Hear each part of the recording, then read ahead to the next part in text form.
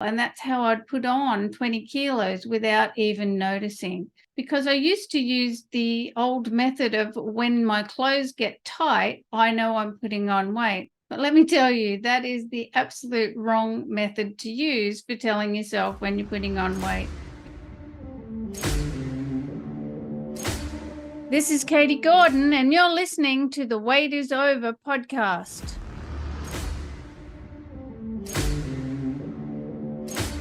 Welcome, health and freedom seekers. Sit back and relax as you come on this journey of overcoming obstacles so you can lose weight, gain health, and live the life you've been looking for.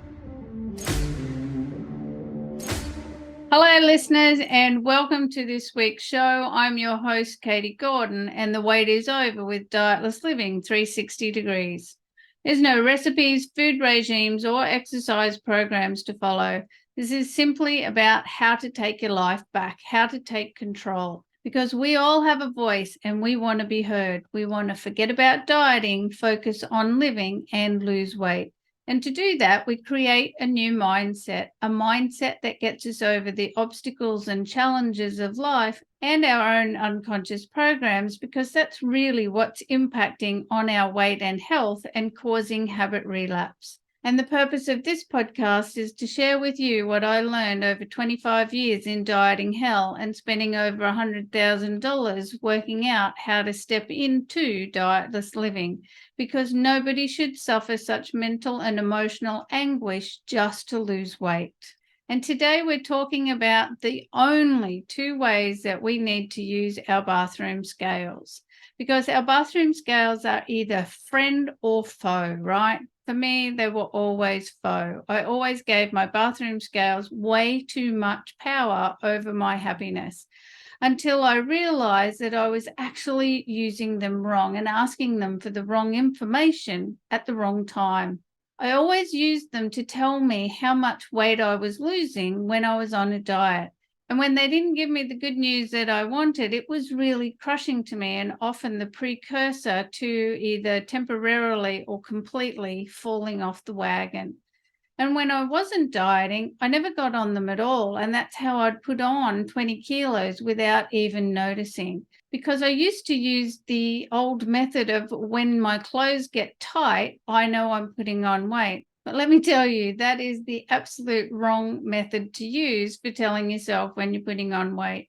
Because by the time our clothes actually get tight, we've not only put on at least 1.5 kilos, but we're also telling ourselves quite a lot of fibs about why our clothes are feeling tight, and we're ignoring all the warning signs and alarm bells. So what I should have been doing all those years was, instead of using the scales to tell me how much weight I was losing when I was on a diet, what I should have been doing was using the scales every day of my life to tell me when I was starting to put the weight back on. And on any day that the scales were showing an increase, I should have used that information in a constructive way. I should have taken note and made an adjustment to my food intake and my body movement that very day, because an ounce of adjustment is always easier to implement than 20 pounds of change, right? But I ignored all of that information, and when the scales repeatedly told me my weight was going up, I'd simply stop getting on them.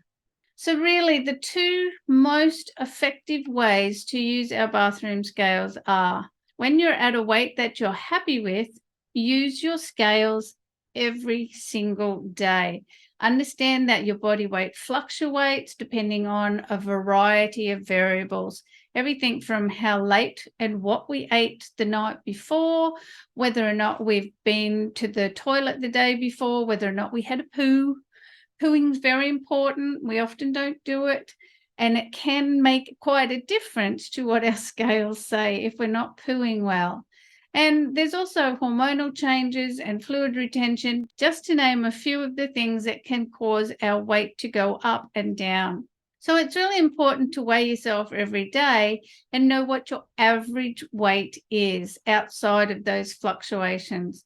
And pay attention when your weight actually does increase. And make adjustments to your food intake and your body movement that very day and start steering yourself back in the right direction. And just keep weighing yourself daily to maintain your weight. If the scales continue to go up, just maintain getting on them every day. You need to stay aware. Do not let yourself go to sleep about what's happening. Scales are not the bearers of good news or bad news. They just provide the information. And it's up to us to decide if seeing the increase is good or bad. I say it's good because it's better to know, right? And the second way to use our scales is if you're actually in the process of losing weight or you're about to start losing weight, you're moving forward and you're starting to make adjustments to your life, then what you want to do is actually put your scales aside. You want to actually begin focusing on the process of losing weight, not the daily results. Because as we already talked about, there's so many variables to our weight and how it fluctuates naturally. And what you really want to be focused in on is the plan that you have in place, the process that you have for losing weight, and a way to actually measure that, because it is actually the process that you follow that will give you the weight loss results that you want in the end. And I recommend really not using your scales at all when you're in the process of losing weight, because that number has way too much power over us. So just develop a better system for tracking how you're following your weight loss process, how you're following the changes that you've decided you're going to make for yourself, whether it's with your food, getting more sleep, your exercise, how you're managing your stress levels. All of those things are included in losing weight.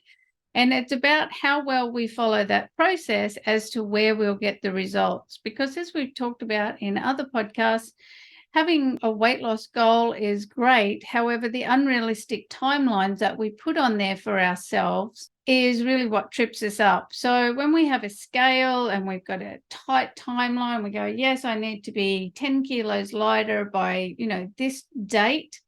And we're getting on the scales and it's not showing us the results, because that's simply not how weight loss actually works. Weight loss is a gradual thing and we cannot determine how fast it's going to come off. What we can determine is the actual processes that we're going to follow, where we're going to make the changes. So just remember, track your progress of using your process for weight loss and put the scales aside, and sticking to that will take you eventually to your desired results.